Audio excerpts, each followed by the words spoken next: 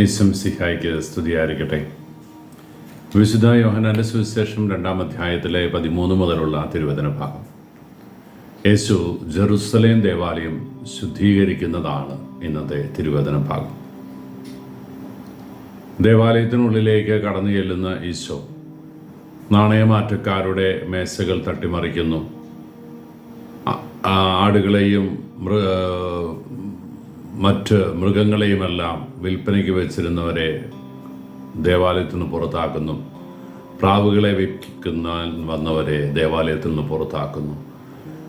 ചമ്മട്ടിയുണ്ടാക്കി എല്ലാവരെയും ക്രൂരമായിട്ട് മർദ്ദിച്ച് ദേവാലയത്തിൽ നിന്ന് പുറത്താക്കുന്ന യേശുനാഥൻ ശാന്ത സ്വഭാവിയായ യേശുവിൻ്റെ മുഖത്ത് ക്രൗര്യവും ദേഷ്യവും കടന്നു വരുന്നു. ജെറുസലേം ദേവാലയത്തെ ശുദ്ധീകരിക്കാൻ വേണ്ടിയിട്ട് യേശുനാഥൻ കാണിക്കുന്ന വ്യഗ്രത അതെന്തുകൊണ്ടാണ് എന്ന് വചനഭാഗം സങ്കീർത്തനത്തിൽ നിന്ന് നമ്മളെ ഓർമ്മിപ്പിക്കുന്നുണ്ട്. അവിടുത്തെ ആലയത്തെക്കുറിച്ചുള്ള തീഷ്ണത അവനെ വിഴുങ്ങിക്കളഞ്ഞു.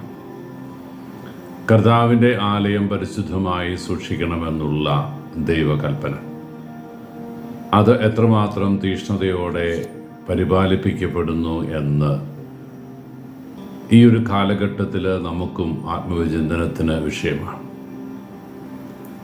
കത്തിപ്പടർന്ന മുൾപടർപ്പിലേക്ക് നടന്നെടുത്ത മോശയോട്, അബ്രാഹത്തോട് ദൈവം പറഞ്ഞു, നീ നിൽക്കുന്ന സ്ഥലം പരിശുദ്ധമാണ്, നിന്റെ പാദരക്ഷകൾ അഴിച്ചു മാറ്റുക.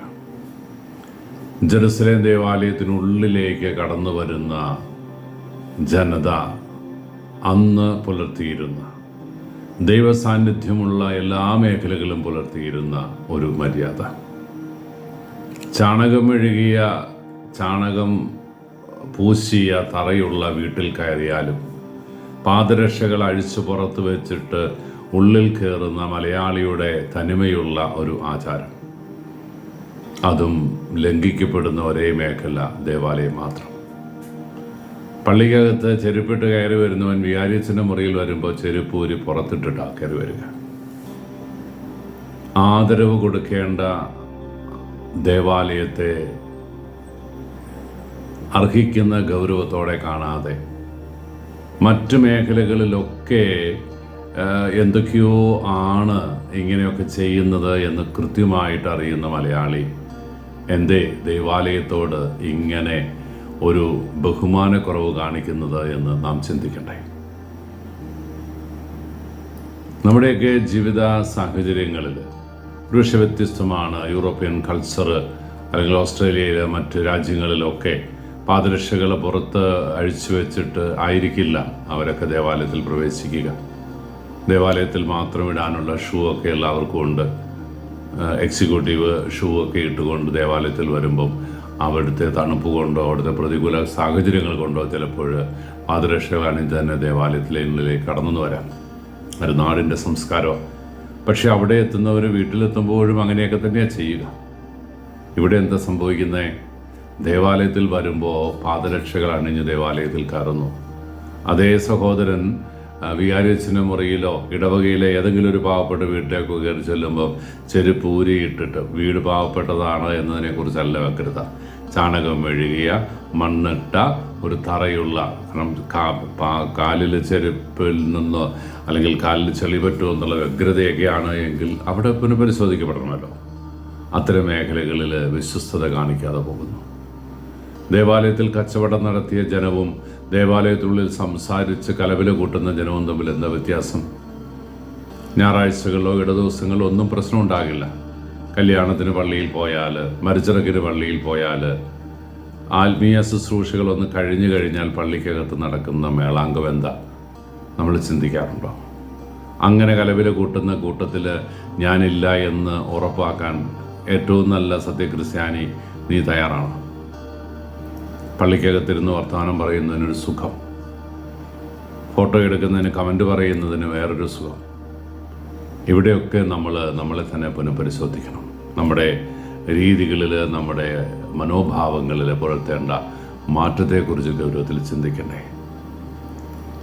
സ്ത്രീകൾ ദേവാലയത്തിനുള്ളിൽ ശിരോവസ്ത്രം അണിയണമെന്നുള്ള നിയമം അമേരിക്കയിലില്ലേ? യൂറോപ്പിലില്ലേ? അവരാരും ചെയ്യാതിരുന്നത് കൊണ്ട് അവർക്കിതൊന്നും വേണ്ട എന്നാണോ?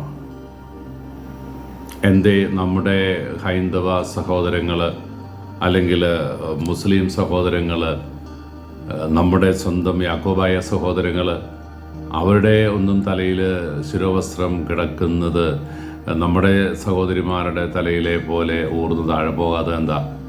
അവരെന്തേ ദേവാലയത്തിൽ അങ്ങനെ തന്നെ വ്യാപരിക്കുന്നത്? കടന്നു പോകുന്നിടത്തെല്ലാം മുസ്ലിം സഹോദരങ്ങൾ തലയിൽ ശിരോവസ്ത്രം അണിയുന്നു. പർദ്ദയൊന്നും ഇടണമെന്നോ അല്ലെങ്കിൽ മറ്റെന്തെങ്കിലും വസ്ത്രധാരണം നടത്തണമെന്നൊന്നുമല്ല. ദേവാലയത്തിൽ അങ്ങനെ ആകണമെന്ന് പൗലോസ്ലീഹായിലൂടെ നമുക്ക് നിർദ്ദേശം കിട്ടിയിട്ടുണ്ട്. അത് പാലിക്കാതിരുന്നുകൊണ്ട് എന്ത് പുണ്യമാണ് ഇവിടെ കിട്ടാൻ പോകുന്നത്? പാലിച്ചുകൊണ്ട് എന്ത് നഷ്ടമാണ് സംഭവിക്കാൻ പോകുന്നത്? ഇത്തരം മേഖലകളിലൊക്കെ ഒരു പുനർവായന നമുക്ക് ആവശ്യമുണ്ട് പ്രിയപ്പെട്ടവരെ. ജെറുസലേം ദേവാലയത്തിൻ്റെ വിശുദ്ധിയെക്കുറിച്ച് നമുക്ക് ഈ 3 കാര്യങ്ങൾ മാത്രം ചിന്തിച്ച് ഇന്നത്തെ ചിന്ത ഞാൻ അവസാനിപ്പിക്കുകയാണ്. നമുക്ക് നമ്മുടെ ദേവാലയത്തെ അല്പം കൂടെ ആദരവോടെ കാണാൻ, അതിനർഹിക്കുന്ന ഗൗരവവും ബഹുമാനവും കൊടുക്കാൻ, ദേവാലയത്തിനുള്ളിൽ പാടില്ല എന്ന് സഭ അനുശാസിക്കുന്ന കാര്യങ്ങളൊക്കെ വിശ്വസ്തയോടെ പുലർത്താൻ, ഒരുപക്ഷെ വൈദികരോ സിസ്റ്റേഴ്സോ അല്ലെങ്കിൽ മെത്രാന്മാരോ ഒക്കെ ഇതിനനുകൂലിക്കുന്നവരാകാം. പക്ഷേ എന്തുകൊണ്ടോ ഒരു സാധാ വൈദികൻ എന്ന നിലയിൽ എനിക്കത് ഉൾക്കൊള്ളാൻ പറ്റുന്നില്ല. അതുകൊണ്ടാണ് ഈ 3 കാര്യങ്ങളെക്കുറിച്ച് മാത്രം നിങ്ങളോട് ഞാൻ ചോദിക്കുന്നത്. നമുക്കൊരു മാറ്റം പാടില്ലെന്നുണ്ടോ പ്രിയപ്പെട്ടവരെ? ആലോചിക്ക്, ഈശോയ്ക്ക് കൊടുക്ക്. നിൻ്റെ ജീവിതത്തിൽ മാറ്റം വരുത്താനാകുമോ എന്ന് എന്നോട് പറയേണ്ട, തമ്പുരാനോട് പറയാം. ഈശോ അനുഗ്രഹിക്കട്ടെ. കഥാവിശംസിഹായുടെ കൃപയും പിതാവായ ദൈവത്തിൻ്റെ സ്നേഹവും പരിശുദ്ധാത്മാവിൻ്റെ സഹവാസവും നമ്മളവിടും കൂടി ഉണ്ടായിരിക്കട്ടെ, ഇപ്പോഴും എപ്പോഴും എന്നേക്കും. ആമേൻ.